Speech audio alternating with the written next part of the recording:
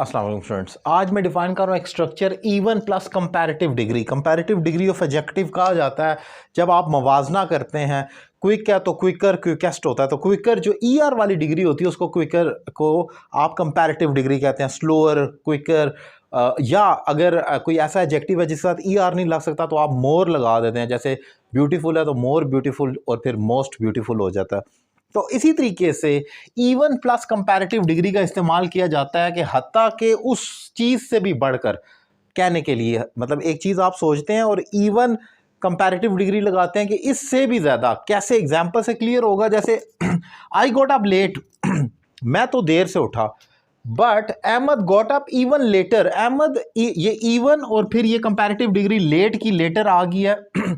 इसका मतलब हो गया कि अहमद तो उससे भी ज्यादा देर से उठा, यानी कि हत्ता के उससे भी ज्यादा। इवन लेटर मीन उससे भी ज्यादा देर से। एक और एग्जांपल देखें।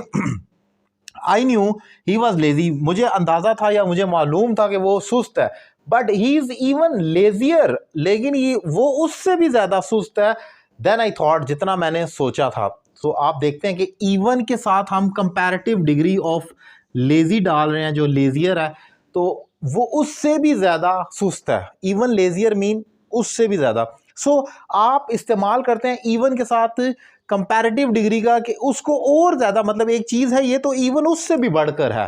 कोई भी चीज जब बुरी है या अच्छी है और इवन के साथ आप कंपैरेटिव डिग्री लगाते हैं ये कहने के लिए कि इवन ये तो उससे भी बढ़कर, ये उससे भी ज्यादा है, वहां पर इसका इस्तेमाल किया जाता है। ये एक आम सा फ्रेज है लेकिन हमें मालूम नहीं होता इसका स्ट्रक्चर क्या है, कहां पर इस्तेमाल होता है। आज मैंने इसी चीज़ को डिफाइन किया। अगर मेरे पढ़ाने का तरीका पसंद आया तो अपनी राय का इजहार करें, और अगर आप मुझसे ऑनलाइन इंग्लिश लैंग्वेज कोर्स करना चाह रहे हैं तो नंबर आपकी स्क्रीन पर मौजूद है।